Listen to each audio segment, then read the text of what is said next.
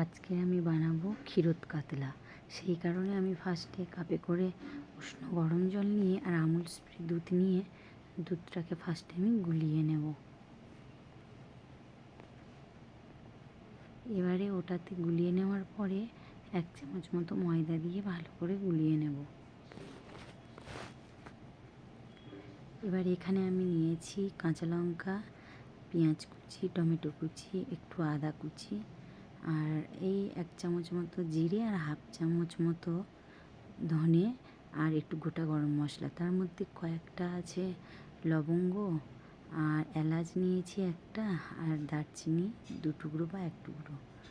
এবারে মাছটাতে আমি এটা নিয়েছি বড় সাইজের কাতলা মাছের পিস, 3 পিস নিয়েছি। এখানে নুন আর গোলমরিচ দিয়ে ভালো করে ম্যারিনেট করে নেব।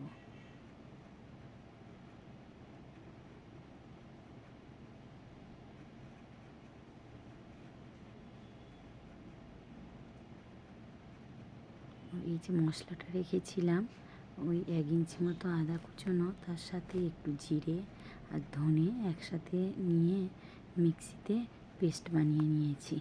এবার এই রান্নাটা হবে সাদা তেলে। কড়াইতে সাদা তেল নিয়ে নিয়েছি আর একটু ঘি দিয়ে দেব। তেল আর ঘি গরম হলে তারপরে মাছটা দিয়ে দেব।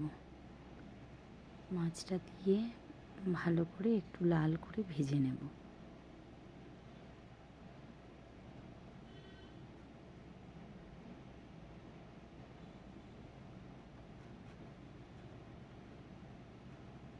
এই রেসিপিটা একটু বড় মাছ নিয়ে করার চেষ্টা করবেন, তাহলে এর স্বাদ হবে খুব সুন্দর।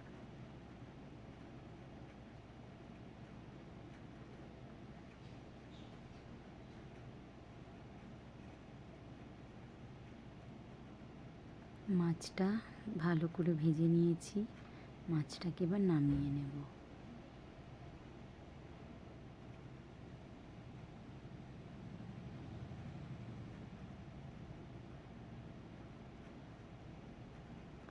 এটাতে দিয়ে দেব গোটা গরম মশলা, ওই একটা এলাচ, 3-4টে লবঙ্গ আর একটু মিষ্টি কাঠ মানে দারচিনি।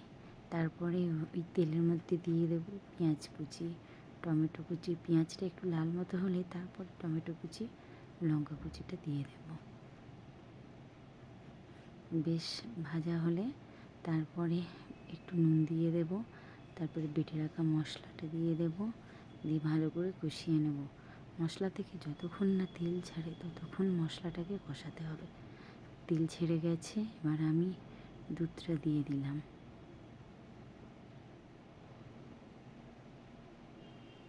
ভালো করে নাড়িয়ে ফুটতে দেব।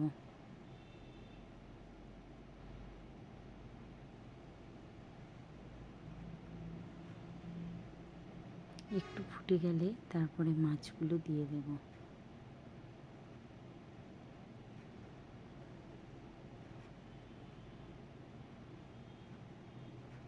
এবারে আমি একটু গোটা গরম মশলা বেটে নেব শিলে। ওই 2টো আছে এলাচ, কয়েকটা লবঙ্গ আর দারচিনি 2-1 টুকরো ভালো করে বেটে নেব শিলে। আর এই রান্নাটা যদি ভালো লাগে তাহলে লাইক, কমেন্ট এবং শেয়ার করবেন, আর আমার চ্যানেলটা সাবস্ক্রাইব করে দেবেন এবং আমার পাশে থাকবেন। এই গরম মশলাটা রান্নার মধ্যে এবার দিয়ে দেব, তারপরে ঘি দিয়ে দেবো একটু,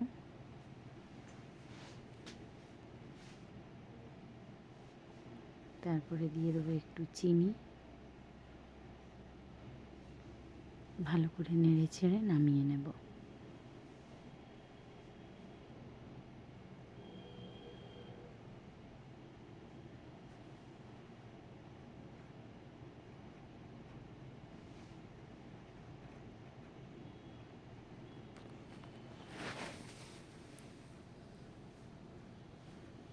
এই রান্নাটা যদি ভালো লাগে তাহলে লাইক, কমেন্ট, শেয়ার করবেন এবং আমার চ্যানেলটা সাবস্ক্রাইব করে দেবেন, এবং আপনারা ভালো থাকবেন এবং সুস্থ থাকবেন।